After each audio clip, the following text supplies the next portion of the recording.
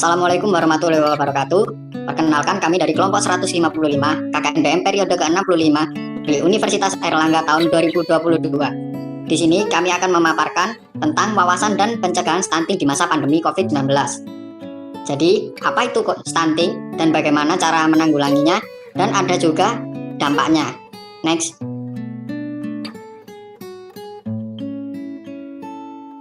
Di sini ada anggota kelompok kami. Yang pertama Firanisa, yang kedua Azah, ketiga Rika, keempat Izrul, kelima Dava, keenam Yogita, ketujuh Faiz, kedelapan Viola, kesembilan Aurika, dan yang ke-10 ada Bahtiar Putra.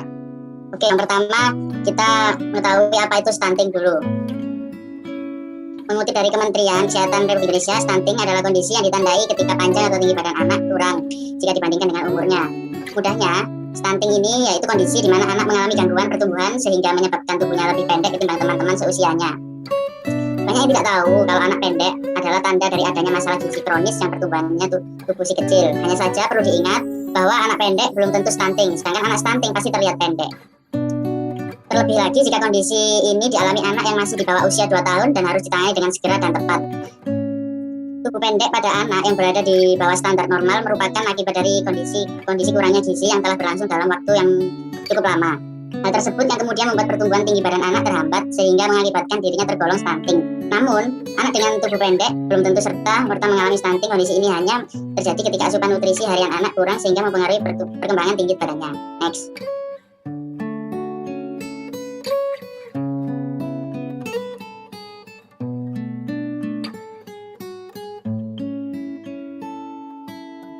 Dapat kita lihat grafik peta tersebut. Pada tahun 2021, Kementerian Kesehatan bekerjasama dengan Biro Pusat Statistik atau BPS dengan dukungan tim percepatan pencegahan anak kerdil atau stunting.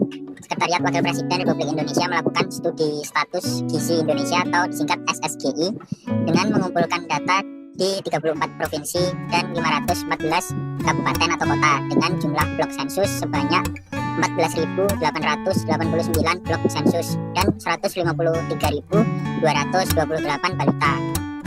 Berdasarkan hasil SSGI tahun 2021, angka stunting secara nasional mengalami penurunan sebesar 1,6% per tahun dari 27,7% pada tahun 2019. Lalu sekarang menjadi 24,4% pada tahun 2021 lalu. Hampir sebagian besar dari 34 provinsi menunjukkan penurunan dibandingkan tahun 2019, dan dapat kita lihat pada peta grafik stunting di bawah ini. Beberapa provinsi masih menunjukkan prevalensi stunting tertinggi antara lain Provinsi Nusa Tenggara Timur atau NTT, Sulawesi Barat, Nusa Tenggara Barat atau NTB, Aceh, Gorontalo, Kalimantan Selatan, Kalimantan Barat, Kalimantan Tengah, Sulawesi Tenggara, Sulawesi Utara, dan Papua. SSGI 2021 yang dilakukan Badan Penelitian dan Pengembangan Kesehatan Kementerian Kesehatan tidak hanya memberikan gambaran status gizi balita saja, tetapi juga dapat digunakan sebagai instrumen untuk monitoring dan evaluasi capaian indikator intervensi spesifik maupun intervensi sensitif baik di tingkat nasional maupun kabupaten atau kota yang telah dilakukan sejak tahun 2019 dan hingga tahun 2020. Prevalensi stunting di Indonesia lebih baik dibandingkan negara Myanmar yang jumlah prevalensinya yaitu 35%. Walaupun angka stunting ini menurun, namun angka tersebut masih dinilai tinggi, mengingat WHO menargetkan angka stunting tidak boleh lebih dari 20%, sedangkan angka prevalensi stunting yang ada di negara lain seperti Malaysia yang prevalensinya jumlah 17%, Thailand 16%, dan Singapura 4% yang jauh lebih sedikit dibandingkan negara Indonesia.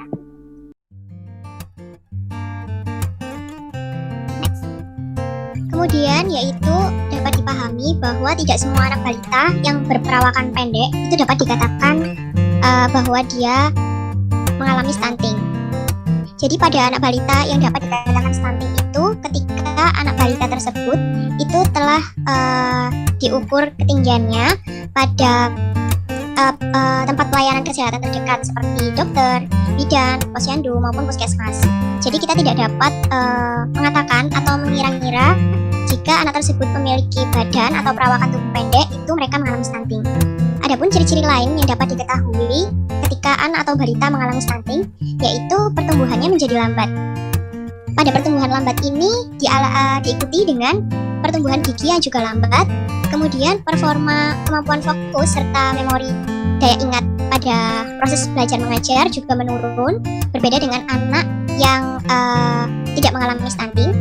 Kemudian pada wajahnya itu tampak lebih muda dibandingkan dengan anak seusianya.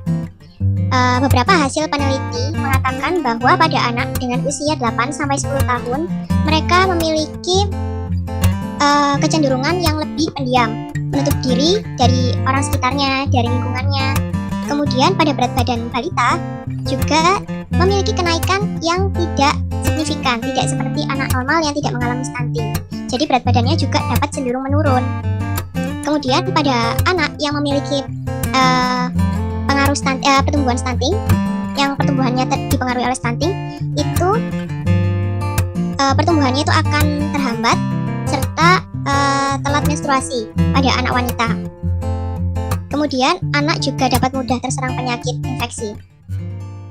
Jadi sementara untuk mengetahui anak tersebut itu tingginya normal atau tidak, itu harus diperiksakan ke pusat pelayanan kesehatan terdekat. Next.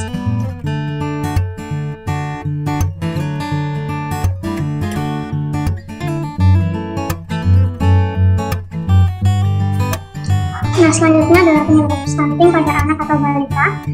WHO atau Badan Kesehatan Dunia itu menyatakan bahwa sekitar 20% kejadian stunting disebabkan karena bayi yang ada dalam kandungan. Nah, yang pertama ini adalah kurangnya pengetahuan mengenai kehamilan. Nah, di sini itu disebabkan oleh ibu yang hamil ini kurang mengerti asupan-asupan yang dibutuhkan selama kehamilan agar janin yang ada dalam kandungan itu memiliki gizi yang baik dan lahir dengan baik. Karena kurangnya pengetahuan menyebabkan janin yang lain itu mengalami stunting. Kemudian yang kedua adalah kurangnya gizi anak. Nah, di sini diakibatkan karena makanan yang dikonsumsi oleh balita tidak tercukupi, seperti posisi menyusui yang tidak tepat, kemudian tidak diberikan ASI yang eksklusif, hingga empasi atau makanan pengganti ASI yang kurang berkualitas, sehingga hal ini menyebabkan balita atau anak menjadi stunting.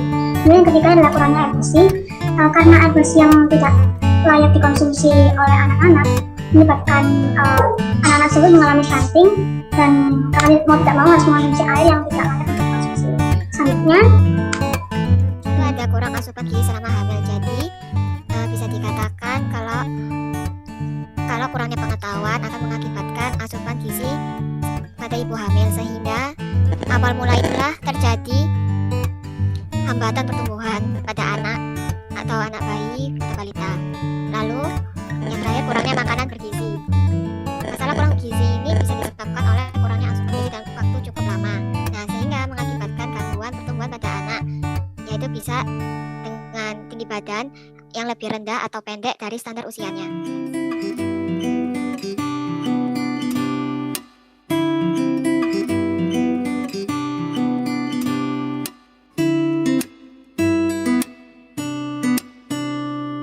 Selanjutnya adalah bagaimana cara mencegah stunting. Seperti yang kita ketahui pada penjelasan sebelumnya, bahwa stunting ini dapat dialami oleh ibu hamil, balita, remaja, maupun dewasa muda, sehingga cara pencegahan setiap kategori juga berbeda. Untuk yang pertama adalah cara mencegah stunting untuk ibu hamil, yaitu pemantauan kesehatan secara optimal beserta penanganannya pada 1000 hari pertama kehidupan bayi. Pemeriksaan kehamilan atau antenatal care secara rutin dan berkala, melakukan persalinan di fasilitas kesehatan terdekat seperti dokter, bidan maupun puskesmas, memberikan makanan dengan kalori tinggi, protein serta mikronutrien untuk bayi, melakukan deteksi penyakit menular dan tidak menular sejak dini, kemungkinan anak tersecingan, dan melakukan pemberian ASI eksklusif secara 6 bulan penuh.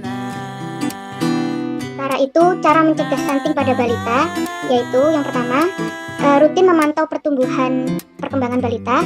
Dengan begitu akan lebih mudah bagi orang tua untuk mengetahui gejala awal, gangguan maupun penanganan stunting jika terjadi. Yang kedua, memberikan makanan tambahan untuk balita seperti buah-buahan, sayur, susu, serta makanan yang berkarbohidrat. Yang ketiga, melakukan stimulasi dini perkembangan anak. Dan yang keempat, memberikan pelayanan dan perawatan kesehatan yang optimal untuk anak. Selain itu, anak sekolah juga perlu diberi pembekalan sebagai upaya pencegahan stunting. Seperti contohnya yang pertama, memberikan asupan gizi sesuai kebutuhan harian anak. Ternyata mengajarkan anak pengetahuan terkait gizi dan kesehatan. Meski stunting pada remaja tidak bisa diobati, tapi masih bisa dilakukan perawatan diantaranya dengan membiasakan anak untuk melakukan perilaku hidup bersih dan sehat atau PHBS. Kemudian pola gizi seimbang, tidak merokok, dan tidak memakai narkoba. Selanjutnya, mengajarkan anak mengenai kesehatan reproduksi.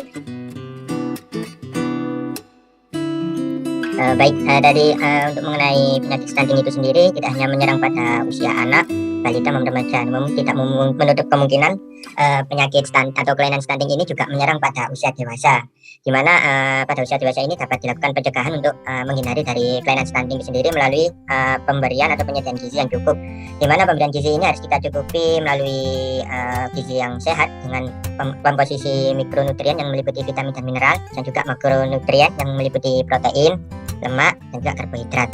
Dimana pada usia dewasa ini, dimana seseorang itu membutuhkan kebutuhan energi yang cukup tinggi untuk melakukan segala aktivitas yang cukup tinggi juga, sehingga memerlukan sumber energi yang cukup tinggi atau tercukupi agar untuk kelainan stunting ini bisa ditekan atau dikurangi di stadia usia dewasa pada seseorang.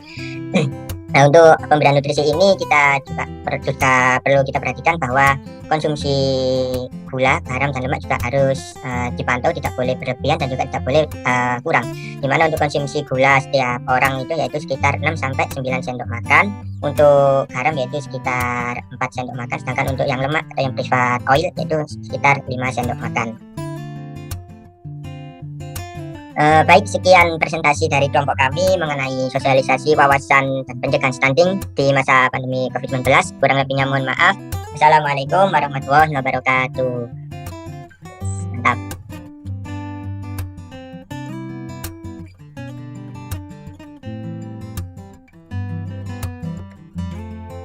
Alhamdulillah. Jangan lupa rek sesi foto ya.